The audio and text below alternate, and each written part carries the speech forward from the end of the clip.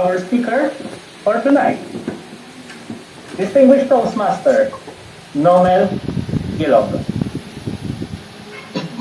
Thank you very much, distinguished Toastmaster Burns, for that very long introduction.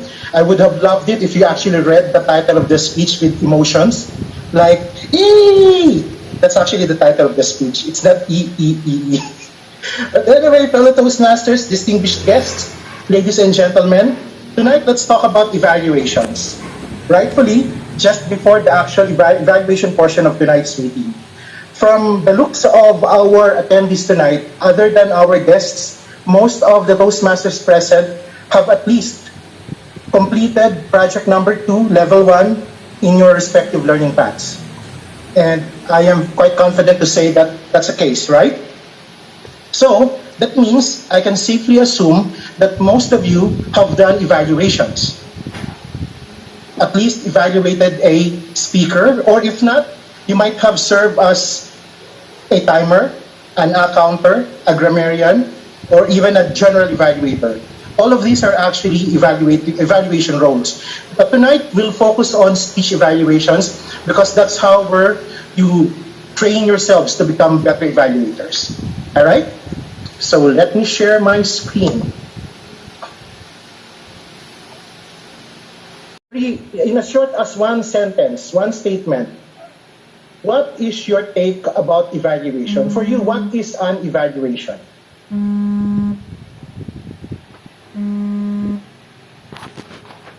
To make sure that the feedback we provide is the feedback needed by our speakers. After all, we are always proud and we always brag that Toastmasters is the only organization in the entire planet, even better than Red Cross, by the way, in this regard, because Toastmasters is the only organization where we provide positive, constructive, encouraging feedback to our members. And the feedback happens at the very meeting where the member delivered the speech. Yes, we cannot give lives, and sometimes we may not be able to save lives. But through our positive and constructive evaluations, we can actually enrich the lives of our members and fellow Toastmasters. That's why Toastmasters is very unique. But why do we shout and scream, "Eee!" And the reason for that is very simple. Because EE actually stands for effective, encouraging, empowering evaluations. If you want to change a person's life, you cannot give life, you cannot save life, but if you want to enrich, and that's also an E, enrich another person's life, you need to make sure that the evaluation you will provide is effective, encouraging, and empowering. But we will not discuss the E's in evaluation from effective. Let's start from the very beginning. I love to sing because Ronald talked about Leyte, which is actually the province of my mom. And by the way, Barugo is not a barangay, it's a municipality in the province of Leyte. All right, so that's a sample of evaluation.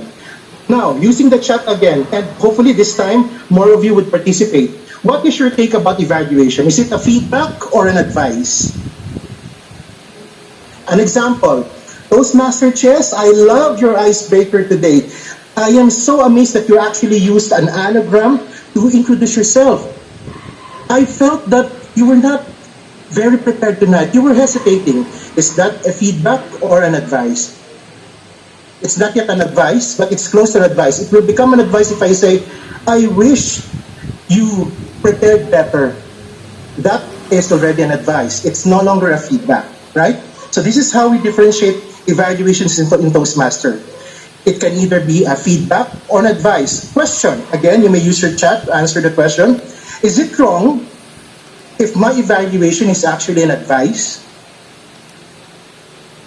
Let's say I say, Toastmaster Burns, you have conducted the program tonight excellently. I'm so impressed. I just felt that if you had removed the face mask, it would have been better because it has blocked your ability to communicate better. It's blocking air as you speak. Is that a feedback or an advice? See? How about if I say this? Toastmaster Chess, I love your use of anagram in tonight's presentation. It appeared to me that you have thoroughly prepared for this, spent time working on your PowerPoint presentation. It would have been better if you have gone through the presentation and the animations included in the presentation so that you will know when to actually click the buttons. Is that a feedback or an advice? So you see, fellow Toastmasters, it's very difficult to differentiate a feedback and advice once you are actually delivering your evaluation. And the correct answer is, since time immemorial, we Toastmasters are being advised to evaluate by providing our speakers feedback. We are actually discouraged from providing our speakers advice because an advice is an opinion. And our opinions does not actually represent the efforts, the preparations, the mindset of our speaker. While a feedback is an observed information, what I saw from my speaker, what I felt from my speaker, what the speaker has actually demonstrated during the presentation. And I focus on feedback in our evaluations can actually train us to become better listeners. Why? Because if it's all about advice and opinion only, I don't have to pay attention to the speech of Chess, for example. I'll just wait for moments when she would fail or would commit mistakes. And then I'll bombard her with my opinion. But because I need to provide Chess with an observed information on how I felt she performed tonight, I will have to pay attention from the beginning up to the end of the presentation. That's better listening. And when we listen, we start to think. Why do we think? Because we need now to digest the information that we have observed. Was it okay? Did she do well? Was the voice quality impressive? All these things. You have to determine via your thinking process so that you can provide this feedback to your speaker. And finally, after you have gone through the process of listening and thinking, you start speaking. The speaking part is easy.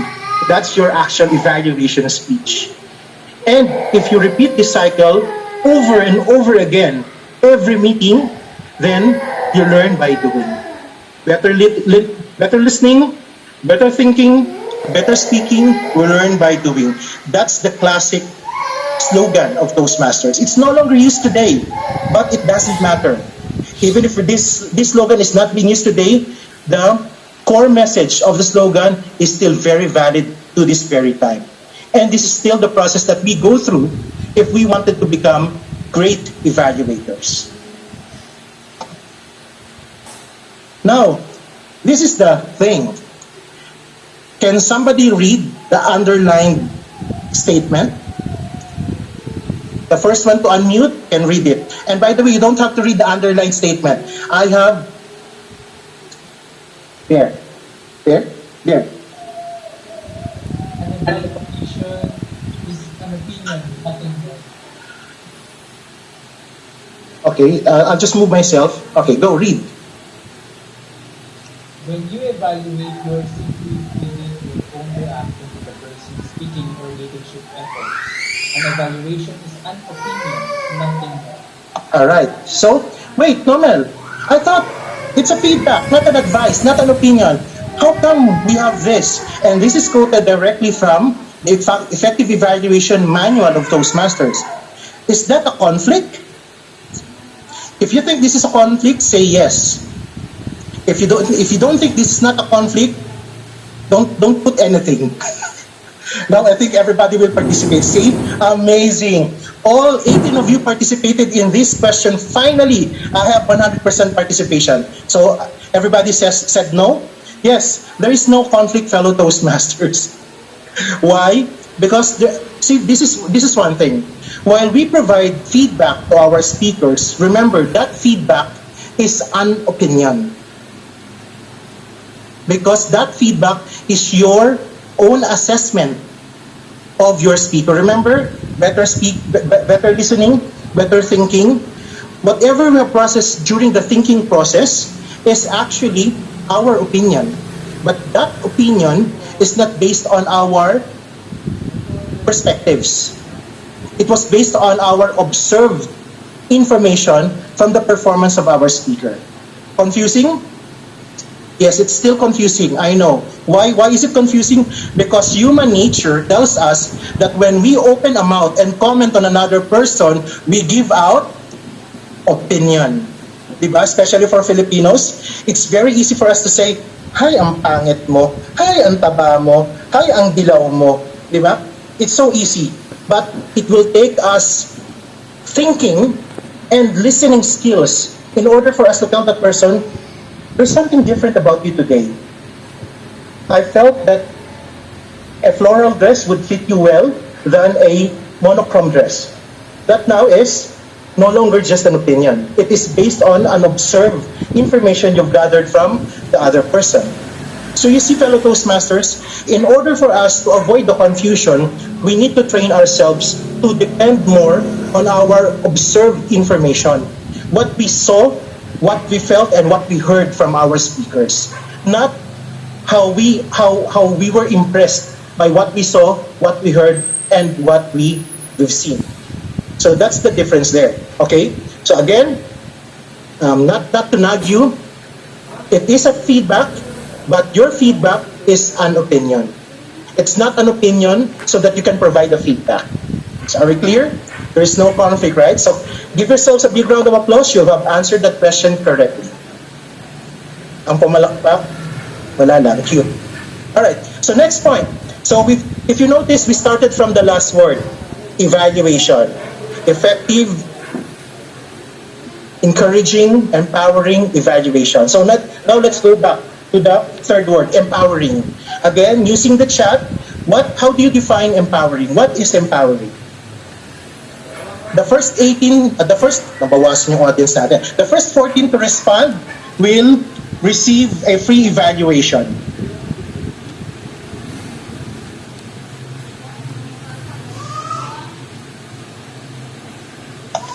Okay, give the speaker the boost. Oh, red na. Do we, how much time do I have? I thought 20. It's okay, you can go on. No, pero, no, I thought 20. Kasi it's only 7:54. I think the time set I think was For 5 to 7 minutes. Okay, sure.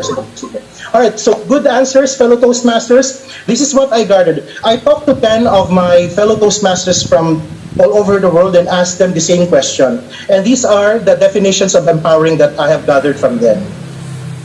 And let's see if there is a matching response. So for many Toastmasters, empowering is about cooperating with the speaker, leadership by example, always be positive, help find answers, be appreciative, offer to support in the struggle of the speaker. Goals are objectives realized. I like this one. I think this is Stephen Covey. Celebrate their strengths, encourage to work on the next project, sincere excitement about performance. So fellow Toastmasters, if you go through all the responses, empowering, simply put, is about making sure that your speaker is the star of the evaluation. You, as the evaluator, is not the star of your evaluation. You may have bells and whistles when you evaluate. You may use highfalutin English and language, but at the end of the day, if your speaker will not come back to deliver the next speech or the next project, you have failed as an evaluator. Because the purpose of evaluation is to make sure that we uplift our speaker, that the speaker will learn from the exercise, and that the speaker will come back and deliver the next project. And that's how you empower your speaker. And finally, our second E, no more questions, so that we can brush up. How many of you have heard of the word kabog? Or in slang, kavog. So when you're an encouraging evaluator, dapat kabog. Don't count my Filipinos because it's a necessary Filipino. So kavog is be kind, add value, own the feedback, and gentle persuasion. If you want to be an encouraging evaluator, you need to be kind. You need to provide feedback for the improvement, but be mindful of the feelings of the speaker. from our attendees tonight, I know there is one Toastmaster here who has experienced to receive an evaluation that is negative all throughout.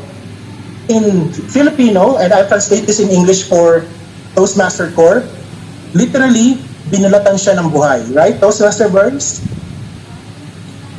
If you are, when I say binulatan ng buhay, Toastmaster Core, it's almost like skinned alive. So imagine, what's the feeling of being skinned alive and relate that to being evaluated? That's not how we do evaluation. Yes, the intention of the evaluator might be sincere. He wanted to, sinabi ko yung pronoun, no? He wanted to provide feedback to Toastmaster Burns so that Toastmaster Burns can improve. But was that evaluator mindful of the feelings of the speaker? So fellow Toastmasters, if you are an evaluator, always remember, be kind. You are not God when you become an evaluator. Even if your intention is to help our speaker or your speaker improve, if you are unkind, you are not doing any good. All right? If you think your evaluation will offend, will hurt, will discourage, will kill your speaker, do not say it publicly. All right? Or if you cannot say it publicly, don't evaluate the speaker. Or better yet, do not evaluate at all. You're not ready. You're not ready to be an evaluator. An evaluator must always be kind. And since we've mentioned about providing feedback, yes, an evaluator needs to add value. You need to provide specific, feasible, and practical recommendations on how your speakers can improve. For example, if you felt that your speaker lacked time in preparing for the speech, you can actually advise the speaker to, perhaps next time you may want to delay your speech for one more meeting so that you can rehearse it with your mentor, or if you want, I'm free, you can rehearse it with me. Provide something that can be implemented by the speaker. Do not demand, do not recommend something that the speaker cannot implement. If you ask for the stars and the moon, the speaker will not improve. So always make sure the value you add to your speakers is something that the speaker can apply, specific evaluations and recommendations, feasible and practical, right? Do not tell your speaker na, you need to improve your voice. A member cannot improve his vocal variety in one meeting alone. You can raise this as a point for improvement, but do not tell your speaker, next time, next meeting, I want you to use vocal variety. That's asking for the stars and the moon. It's not practical, it's not feasible. If you wanted to talk about vocal variety, be more specific. Toastmaster Burns, how about working on speech rate, for example? What is speech rate? Speech rate, Toastmaster Burns, is the fastness and the slowness of your lines. You may want to consider speaking faster at some points, speaking slower at some points. Let's start with speech rate. If once you do this, let's work on the other elements of voice. That is a more feasible recommendation, right? And then third point, on how you can be an encouraging evaluator, you have to own the feedback. You are the evaluator. Do not speak in behalf of the audience. You cannot say, Toastmaster Chess, I'm sure the audience would agree with me. And how can you tell that? Did you consult the audience? Right? It's a personal opinion. It's your own feedback. Own it. Use the pronouns I. Do not use impersonal statements like, you know, Toastmaster Burns, I think the audience would have loved it. Ha! Sino ka? Sorry for the Filipino. But yes, see, when you are an evaluator, speak only for yourself. Own your feedback. You cannot be encouraging if you would always speak in behalf of everybody. It's almost like telling your speaker na you are not confident enough about your opinion or feedback, that you need the support of everybody to give you the necessary authority as an evaluator. And finally, if you want to be an encouraging evaluator, you need to use gentle persuasion. I think if you love Christmas, you are familiar with the song, the Christmas song, diba? With a gentle persuasion. Sasabihin ko sana, careless whispers, whispering hope. Yeah, whispering hope. Yes, and you can actually apply that in your evaluation. If you wanted to be an encouraging evaluator, do not be a nagger. Ito, sample, nagger. Ay, nako! Toastmaster Burn, I have to say this again. Do not do this. Do not do this. Do not do this. When you repeat points during your evaluation, it's tantamount to nagging. And it's not gentle. It's not persuasive. So you need to avoid nagging, avoid judgment words. What are example of judgment words?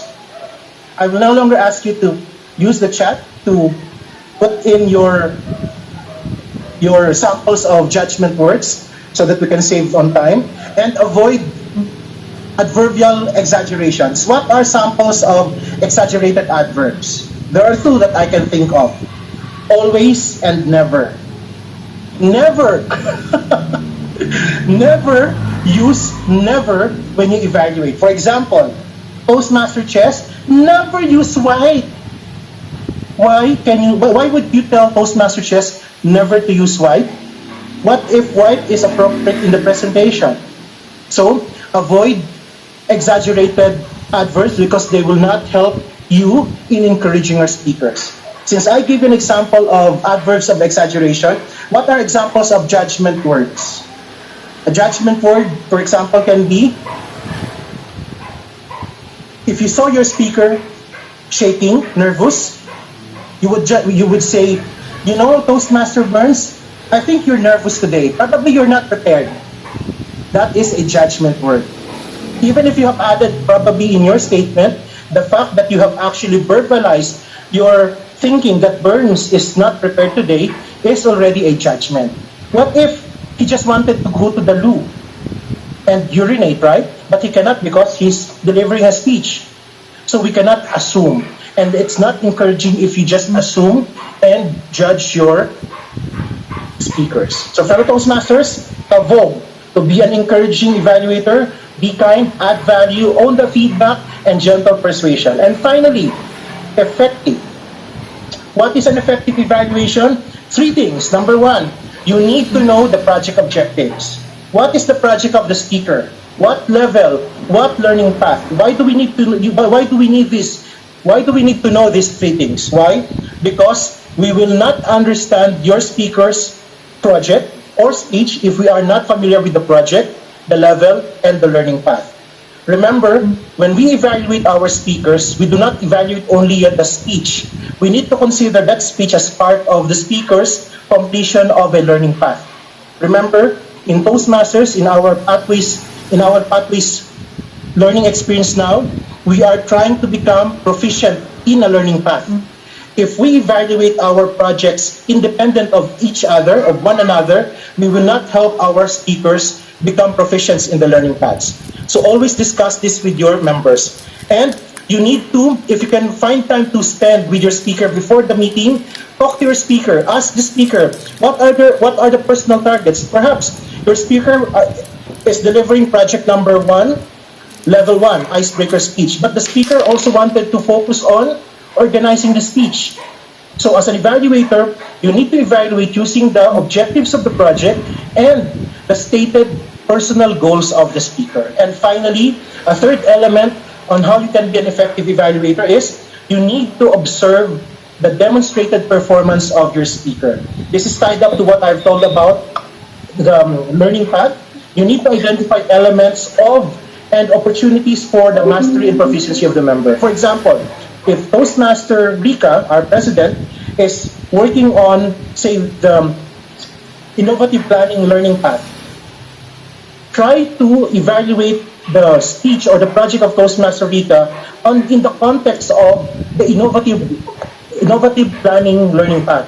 What are the stated objectives? What are the expectations for our members to become proficient in IT? Relate this to the projects, the objectives of the project. Relate this to the personal goals of your speaker, and then your evaluation will be more effective. So, any questions so far, fellow Toastmasters? Time check. It's 8:06. I'm seeing two colors now, green and red. Ayahin ko na yung picture ito. What's the true time? I couldn't see the time. Alright, let's try to end this now. Give me 3 more minutes. So, in summary, fellow Toastmasters, there are only two sets of threes that I want you to remember in order for you to be an effective, encouraging, empowering evaluator. The first set of three, you need to remember what the speaker did very well in the speech. Number two, what are the areas where the speaker can improve? And number three, what are the specific recommendations for improvement? And then, the second set of threes would be, number one, know the project objectives. Number two, understand the personal targets of the speaker. And number three, look for the cause célèbre or the models of proficiency. Cause célèbre is something negative, right? It's something bombastic event that can trigger action. But in the context of our discussion today, cause célèbre can refer to something your speaker has done impressively that can build up the speaker. So that's a cause célèbre for a speaker's performance. Alright? And crash. Okay, so bonus. This is the sample of our evaluation resource. If you notice, on the evaluation resource, we have the general comment section. And if you notice, there are three questions only that you need to answer. These three questions matches the sets of the two sets of threes that I have just discussed earlier. So when you answer the question you excelled at, you highlight and recognize what a speaker did well. When you answer, you may want to work on, you talk about constructive criticism on what can be improved. And when you say to challenge yourself, these are positive reinforcements to try again and again. And the challenge here is you have to do all this for 2 to 3 minutes only. Remember, time is part of evaluation. So if you go beyond 3 minutes and 30 seconds, your evaluation is your skill as an evaluator is negated. Okay? Why? Because you have overshoot the time. Just like now. I'm seeing red since I started the speech. Now I see another green. Okay. So this is the scoring sheets of page 2 of our evaluation resource. So take note, fellow Toastmasters, if you score a speaker a 3, that means the speaker is already impressive. So, ladies and gentlemen, if you receive a 3, do not feel bad, because when you receive a 3, it means you have already accomplished everything. And it's very difficult to score 4 or 5. If you have received 4 and 5, that means you're God mode. Look at number 5. The competency cannot be improved anymore. This is the only place in the planet where you would actually see this. If you have worked in the BPO industry before, or if you have worked in any big industries, big corporations, there is no such thing as cannot improve anymore. Even if you are the best, there is always a room for improvement, but not with pathways. See, if you score a 5, perfect na. My goodness. So I don't want to receive a 5 because that means there is no more incentive to be better because you have already reached the best, which is untrue. Okay? So we'll not discuss this anymore, just a guide for you. So finally, sabi ko, red na, no? Okay, sige, 2 more minutes, promise, 2 more minutes. What else? Language and grammar. Is it important that we use good English when we evaluate? The quick answer is yes. But it's not. You don't have to rush on it. Oh, I have bad English usage, I cannot be an evaluator. That's wrong. If you can provide feedback, you can evaluate. Better use of English language can come later. So do not be discouraged if you have a poor use of English. You can improve. How do you improve? Work on improving your use of language.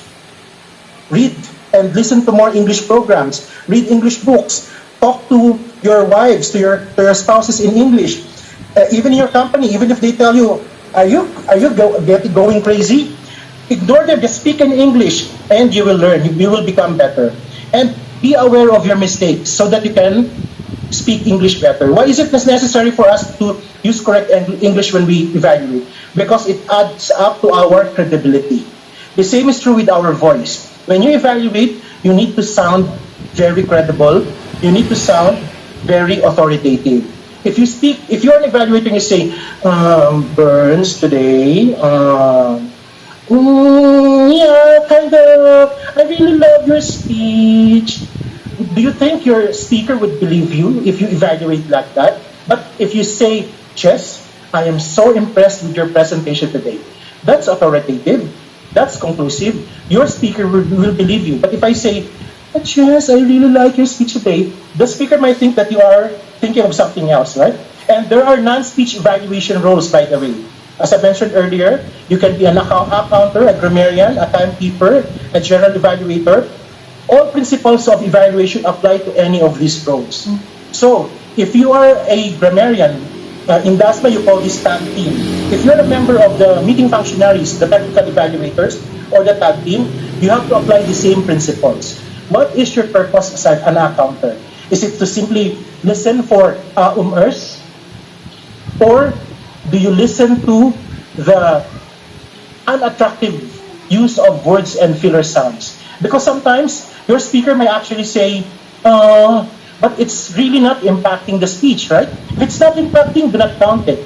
The speaker might have lapses in the use of English language, but it's a lapse. It's not a behavioral problem.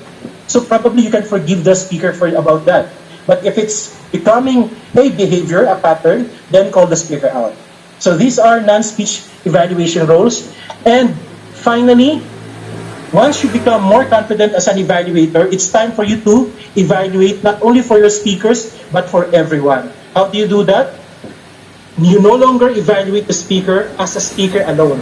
When you present your evaluation to educate the rest of the audience. But do not do this when you are just starting. Okay? DTM Ramet can do this very well because he has been evaluating for 250 years now. Yes. DTM Ramet is my colleague. We've been colleague. We've been Toastmasters for 250 years now. So Toastmaster Burns is in Toastmasters for around 100 years now, so he can do this. But if you are not yet comfortable about doing this, do not force yourself. This is a responsibility only for evaluators who are very confident in presenting their evaluations. Once you reach that level, go on and use your evaluation speeches to empower and encourage other Toastmasters, especially the non-Toastmasters in the audience. So, fellow Toastmasters, do you still scream "E" when you are asked to be an evaluator, or you just smile? Pray to God that everything will be fine. Remember, you cannot give life, you cannot save life, but you can definitely enrich lives when you become a great evaluator. Back to you, Toastmaster Burns. Apologies for the time. Thank you so much. Distinguished Toastmaster Nomel, can we say E? E. All right. Thank you so much for that wonderful.